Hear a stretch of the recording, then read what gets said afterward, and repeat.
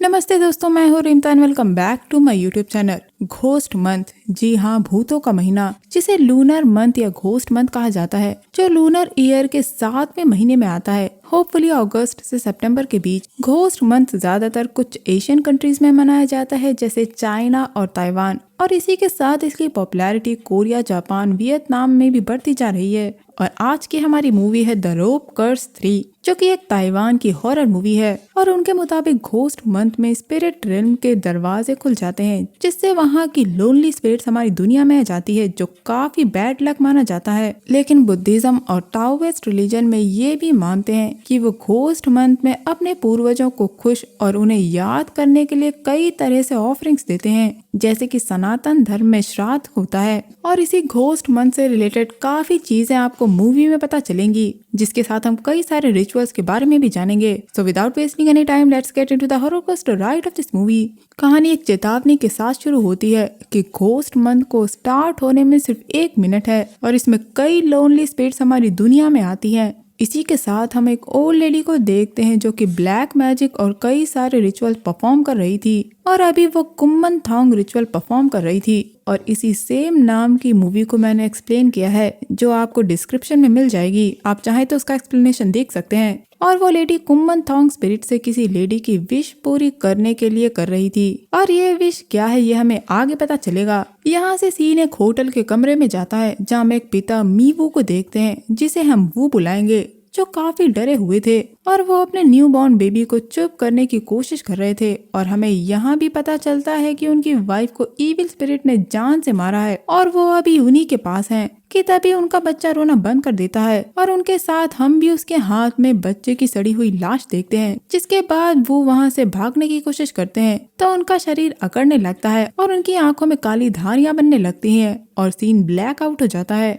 जिसके बाद यहाँ एक डिस्क्लेमर आता है कि घोस्ट मंथ स्टार्ट हो गया है और इसमें हमें कुछ चीजें बिल्कुल नहीं करनी चाहिए, जैसे रात में मिरर में देखना, आधी रात को कपड़े सुखाना, विंड बेल को बाहर लटकाना और कुछ रिचुअल्स को परफॉर्म करना, क्योंकि इनके थ्रू कई इविल स्पिरिट आपके करीब आ सकती हैं। और यहाँ से हम हमारी मूवी की मेन स्टोरी लाइन पर जाते हैं, जहाँ हम एक रिचुअल परफॉर्म होता हुआ देखते हैं, जो कि जीहोंग कोई से रिलेटेड था। और जीहोंग कोई एक सोल्जर, प्रोटेक्टर और काफी फोकलोर में इन्हें घोस्ट डीमन का गॉड भी बताया गया है, जिनके अपीयरेंस में ये बताया गया है कि इनका शरीर काफी बड़ा होता है और उनपे कई धारियां होती हैं और आंखों में तेज होता है, और वो 80,000 डीमन की सेना को संभालते हैं। और घोस्ट मंथ में इनके रिचुअल को परफॉर्म करने से कई इविल स्पिरिट खत्म हो जाती हैं। और इसी की प्रैक्टिस हमारा मेन कैरेक्टर यू कर रहा था, क्योंकि वो एक ताओइस्ट मास्टर का बेटा था और उसके पिता भी यही रिचुअल परफॉर्म किया करते थे।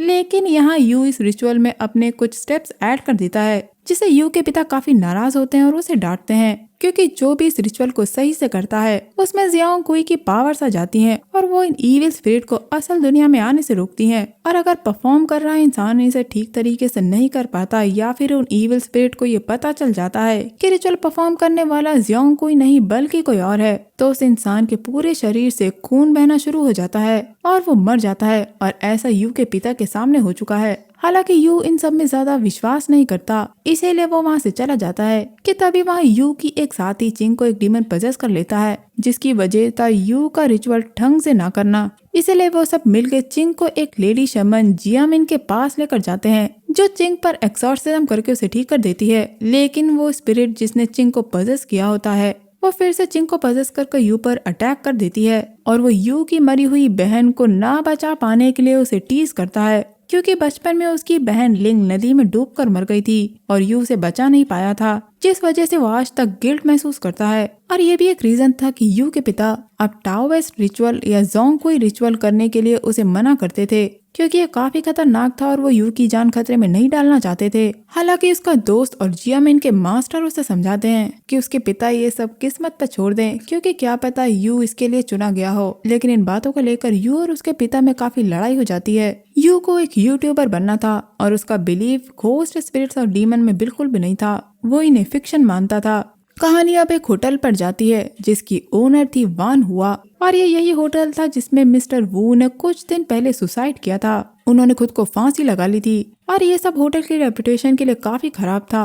वहाँ के गेस्ट और वान हुआ की दोस्त जो उसके साथ रहती है वो काफी डरे हुए थे, और अब वहाँ नया कस्टमर भी नहीं आता था। लेकिन वान हुआ को इससे फर्क नहीं पड़ता। वो अपनी दोस्त को रूम नंबर 621 जिसमें सुसाइड हुआ था उसे साफ करने के लिए कहकर जाती है। और दोस्तों यहाँ एक चीज ध्यान देने वाली थी कि बार बार उस होटल के कॉरिडोर में हम एक बॉल को बाउंस होता हुआ देखते हैं, जैसे वहाँ कोई बच्चा खेल रहा हो। और कई बार वान हुआ भी आसपास देखकर स्माइल करती थी, जो काफी कंफ्यूजिंग था। और अपनी दोस्त को रूम नंबर 621 जिसमें सुसाइड हुआ था उसे साफ करने के लिए कहकर जाती है। वान हुआ के जाने के बाद उसकी दोस्त अपने भांजे को वहाँ काम करने के लिए बुलाती है, जो कि और कोई नहीं यू का दोस्त क्वाई था। क्वाई उस होटल में अपने साथ यू को भी लाता है। दूसरी तरफ वान हुआ उस लेडी के पास जाती है जो हमने मूवी की स्टार्टिंग में देखी थी, और हमें यहाँ ये पता चलता है कि उस होटल में वान हुआ के बेटे की स्पिरिट है। उस ओल्ड लेडी ने कुम्मन थोंग के थ्रू उसे बुलाया है, और वो भी इस शर्त पे कि वो उसे मीट खाने के लिए नहीं देगी, क्योंकि अगर वो उसे मीट खाने को देती तो उस स्पिरिट को उसकी आदत लग जाती, और अगर उसे वो नहीं मिलता तो वो किसी को मार देता। उसके बेटे की स्पिरिट काफी कमजोर थी, इसीलिए वो अपने होटल में किसी भी तावीज को या ताओइस्ट मास्टर को नहीं बुलाएगी, क्योंकि ऐसा हुआ तो उसकी बेटी की स्पिरिट को हार्म पहुंचेगा। इसी वजह से वान हुआ अपने होटल में होने वाली एक्टिविटीज को लाइटली लिया करती है। लेकिन यहाँ हमें एक बात समझ में आती है कि अगर उसके बेटे की स्पिरिट कमजोर है तो मिस्टर वू को किसने मारा, यानी कि उस होटल में कोई और भी है जिसका अभी हमें पता नहीं है। सीन फिर से होटल पे आता है जहाँ यू और क्वाई पहुँच चुके थे। जब उन्हें पता चलता है कि उन्हें उसी रूम की सफाई करनी है जहाँ सुसाइड हुआ था, तो क्वाई काफी डर जाता है, पर यू को ये इतना इफेक्ट नहीं करता, इसीलिए वो उसे साफ करने के लिए रेडी हो जाता है। जिसके लिए वान हुआ यू को कुछ तावीज और कुछ रिचुअल करने के लिए बताती है, जिससे अगर वहाँ कोई इविल स्पिरिट हुई तो उन्हें कुछ हार्म नहीं होगा। रूम के अंदर आने के बाद क्वाई को काफी डर लगता है। जब यू उसके पास नहीं होता तो वो अपने सोशल मीडिया अकाउंट पर लाइव आ जाता है और वहाँ सबको उस रूम के बारे में बताता है, जिससे उसके फॉलोवर्स बढ़ जाते हैं। उसी वक्त उसे कुछ एहसास होता है, जिससे वो अपना लाइव बंद करके रूम से बाहर जाने लगता है, लेकिन रूम का दरवाजा बंद था। और जब वो पीछे मुड़ता है तो उसे वहाँ मिस्टर वू की डेड बॉडी वहाँ टंगी हुई दिखती है। लेकिन तभी वो वापस आ जाता है, और दोस्तों गेस करिए कि वो कहाँ गया था। वान हुआ को कुछ कपड़े धोने के लिए देने गया था, और वो भी अब जब रात हो चुकी है। यू को वहाँ देखकर क्वाई उस पर गुस्सा करता है, और जब वो अभी की घटना यू को बताता है तो यू उसकी बात नहीं सुनता और वॉशरूम साफ करने चला जाता है। तभी वहाँ बच्चे की स्पिरिट आ जाती है और क्वाई को अपने साथ ले जाती है, और यू को कुछ पता नहीं चलता, और वो एक मिरर का कपड़ा हटाकर देखता है तो उसे बार बार वो रस्सी दिखती है जिसमें मिस्टर वू ने फांसी लगाई थी। वो उसे काफी डिस्ट्रैक्ट कर रही थी, तो वो उसे वहाँ से काट देता है, जो एक तरह का विंड बेल की तरह लग रही थी। ये सब करने के बाद जब यू वहाँ से बाहर जाता है तो रूम का दरवाजा बाहर से लॉक था, जिसे वो क्वाई का कोई प्रैंक समझता है। तभी उसके पास उसके पिता का कॉल आता है और वो उसे पिक नहीं करता। वो वान हुआ को कॉल करके उसका रूम खोलने के लिए कहता है, और वान हुआ उसे थोड़ी देर वेट करने के लिए कहती है। वहाँ वान हुआ जब रिसेप्शन पे थी तो वहाँ उसका पति आता है, जो उसके साथ नहीं रहता, और उसके पति की अब एक गर्लफ्रेंड है और वो भी वहाँ आई थी। उसका पति कुछ सामान लेने आया था, बट वान हुआ उसे वहाँ से सामान ले जाने से रोकती है, तो उसका पति उसे थप्पड़ मारकर वहाँ से सामान लेने चला जाता है। और उसका पति उनके बेटे जू जो की डेथ को लेकर उस पर गुस्सा करता है, जैसे कि इनके बेटे की मौत वान हुआ की वजह से ही हुई हो। उसके पति की गर्लफ्रेंड वहाँ रिसेप्शन पर रुकती है कि तभी उसे कुछ अजीब एहसास होता है, जिसके बाद उसके पास एक बॉल बाउंस करती हुई आती है और उसे एक बच्चे की आवाज सुनाई देती है, जो उसे बॉल लेकर होटल के अंदर बुला रहा था, और वो भी बच्चे की आवाज सुनकर अंदर चली जाती है। तो उसे वहाँ और भी कई सारी बॉल्स दिखती हैं, जिससे उसे डर लगने लगा था और वो वापस बाहर की तरफ आने लगती है। लेकिन वो बार बार एक जगह पहुँच जाती है, जैसे वो किसी भूल भुलैया में फंस गई हो, और उसे भी फांसी का फंदा दिखता है। और तभी उसका शरीर भी अकड़ने लगता है, बिल्कुल मिस्टर वू की तरह, और वो भी वहीं मर जाती है। इधर यू के पिता भी क्वाई का लाइव वीडियो देखते हैं तो वो समझ जाते हैं कि वो होटल कर्स्ड है और यू की जान खतरे में है, और अब वो अपने बेटे को बचाना चाहते थे। यहाँ से हम फिर से वान हुआ और उसके हस्बैंड को देखते हैं, जहाँ उसका हस्बैंड जबरदस्ती कुछ सामान ले जा रहा था और वान हुआ उसे रोकती है, लेकिन उसका हस्बैंड उसका गला दबाकर उसे जान से मारने लगता है। तभी हम एक पर्दे के पीछे जू जुओ के पैरों को देखते हैं, जो बार बार एक ही चीज बोले जा रहा था, 7 शरीर और 7 जिंदगी। और ये कहते कहते उसकी स्पिरिट अपने पिता को ही जान से मार देती है। उतने में ही वान हुआ की दोस्त वहाँ आती है, जो ये सब देखकर डर जाती है, और जू जुओ की स्पिरिट उसे भी वहाँ मार देती है। सीन यहाँ से जियामिन के मास्टर पर जाता है और उसके पास कैप्टन यानी यू के पिता का कॉल आता है, जो उसे यू के बारे में बताते हैं और उनसे जोंग कुई के सामने एक रिचुअल करने के लिए कहते हैं, ताकि वो उस ईविल का पता लगा सकें। और वो खुद जोंग कुई के कॉस्ट्यूम को पहनकर उस ईविल से लड़ने की तैयारी करने लगते हैं। लेकिन आज लूनर नाइट थी, और आज वो इविल सबसे ज्यादा ताकतवर होता है। लेकिन कैप्टन के पास और कोई रास्ता नहीं था। उधर यू भी रूम से बाहर निकल जाता है जब उसे सीढ़ियों पे उसके दोस्त की डेड बॉडी मिलती है जिस पर फांसी लगी हुई थी, पर वो डेड बॉडी पल भर बाद ही गायब हो जाती है। ये यू के लिए काफी डिस्टर्बिंग था। वहीं जियामिन के मास्टर अपना रिचुअल पूरा करने के बाद ये पता लगाते हैं कि वो इविल स्पिरिट नहीं बल्कि एक थाई डीमन है जो असल दुनिया में आना चाहता है, और वो तभी आ सकता है जब वो 7 लोगों को जान से मार दे, जिसके बाद वो अपने सबसे बड़े दुश्मन को मारे, यानी कि जोंग को। और उसे जोंग की तलाश है और इस डीमन को उस होटल में बिल्कुल नहीं होना चाहिए था। इसीलिए जियामिन के मास्टर उसे कॉल कर यू और कैप्टन की मदद करने के लिए उस होटल में जाने के लिए कहते हैं। इधर होटल में वो डीमन वान हुआ को भी पजेस कर लेता है, पर तभी ओल्ड लेडी समझ जाती है कि उसके किए हुए कुम्मन थोंग रिचुअल में कुछ ईविल हो रहा है। इसीलिए वो इसे ठीक करने लगती है और इसका असर जियोजो की स्पिरिट पर होता है। इसीलिए वान हुआ उसे जल्दी से ओल्ड लेडी के पास लाती है और वो ओल्ड लेडी उसे देखकर समझ जाती है कि ये उसका बेटा नहीं बल्कि कोई डीमन है और उसने उसकी बेटी की स्पिरिट पर कब्जा किया है। लेकिन वो ओल्ड लेडी कुछ कर पाती उससे पहले ही वो डीमन उस ओल्ड लेडी को भी मार देता है। अब सीन होटल पर जाता है जहां वो इविल यू पर भी अटैक कर देता है जिसने क्वाई की बॉडी को कब्जे में कर रखा था, और वो यू को जान से मारने की कोशिश करता है।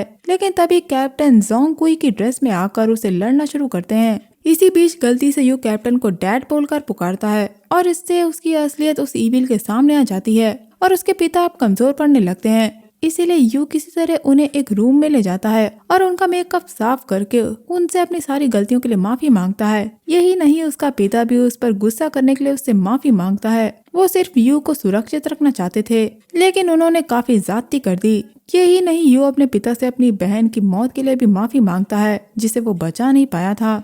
दोस्तों, दरअसल जब कैप्टन वही रिचुअल कर रहे थे तो वो यू के रिचुअल के दौरान उसकी बहन को बुलाने के लिए मना करता है और उसकी बहन का ध्यान रखने के लिए कहता है। इस बीच लिन नदी में गिर जाती है जिसके पीछे यू भागता है लेकिन वो उसे बचा नहीं पाता और कैप्टन भी रिचुअल में होने के बावजूद भी अपनी बेटी को बचा नहीं पाता। दोस्तों, दरअसल यू ने वो सारे रिचुअल के स्टेप कैप्टन को परफॉर्म करते हुए सीखे थे और अब कैप्टन यू को एक मुद्रा सिखाते हैं जिससे वो डीमन को दूर कर सकता था। ये सिखाने के बाद कैप्टन मौका देखकर यू को उस रूम में बंद करके चले जाते हैं और बाहर जाते ही वो इविल कैप्टन को भी जान से मार देता है। और अभी तक उस होटल में जियामिन भी पहुंच चुकी थी। वहां पहुंचते ही वो समझ जाती है कि वो जगह श्रापित है, इसलिए जियामिन पहले वहां एक रिचुअल करके सारी इविल स्पिरिट को बंद कर देती है और फिर यू को बचाने जाती है। अंदर यू गिरने की वजह से बेहोश हो चुका था और उसे अपने सपने में पास्ट दिखाई देता है जिसमें उसकी बहन मिंग मर गई थी।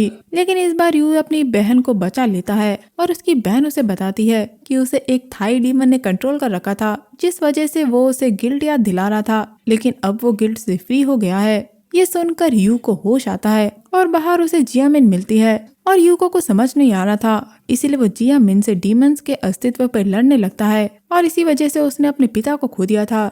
और जियामिन उसे मैंडेट ऑफ हेवन के बारे में समझाती है कि एक पल आता है जब आपका सब कुछ छिन जाता है और आपके पास कोई रास्ता नहीं होता सिवाय इसके कि आप उसके खिलाफ लड़ें। इसीलिए आपको बिना कुछ सोचे समझे उसके हिसाब से आगे बढ़ना पड़ता है और यही मैंडेट ऑफ हेवन के थ्रू वो इस दुनिया को चला सकता है और यू इसी के लिए चुना गया है। और ऐसा ही जियामिन के साथ भी हुआ था, उससे उसका सब कुछ छिन गया जिसके बाद वो इस राह पर आ गई, या फिर यू कहें कि उसे आना पड़ा और इसीलिए यू उस पर विश्वास करे और ईविल से लड़े। इसीलिए वो बाहर जाने का प्लान करते हैं। तभी जियामिन के साथी को वो डीमन पजेस कर लेता और उन पर अटैक कर देता है जिसे वो काफी मेहनत के बाद ठीक करते हैं। और जियामिन अपनी पावर से पता करती है कि ये सारी नेगेटिव पावर्स कहाँ से आ रही हैं। इसीलिए अब ये लोग वहीं जाते हैं और वो जगह थी उसी ओल्ड लेडी का घर जहाँ हम देखते हैं कि उस डीमन ने 6 लोगों की लाशें रखी थी जिसमें यू का दोस्त और कैप्टन यानी कि उसके पिता भी थे।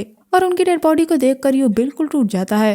तभी हम वहाँ वान हुआ को देखते हैं और अब वो भी 7 बॉडी 7 लाइफ बार बार रिपीट कर रही थी। तब जियामिन अंदर के कमरे में एक डॉल को देखती है जो कि एक कुम्मन थोंग डॉल थी। वो उसे तोड़ना चाहती थी लेकिन वान हुआ उसे वहाँ आकर रोक देती है क्योंकि उसके हिसाब से वो उसका बेटा है। तब जियामिन उसे एक न्यूज़पेपर की कटिंग दिखाती है जो उसने रिसेप्शन से उठाई थी जिसमें लिखा था कि एक होटल ओनर ने ड्रिंक कर गाड़ी चलाई और उसमें उसका बेटा मर गया। यह बात जूजियो की हो रही थी और वान हुआ की वजह से ही उसकी बेटे की मौत हुई थी। दरअसल अपने बेटे की मौत के बाद वान हुआ काफी टूट गई थी। उसके पति ने भी उसे छोड़ दिया था।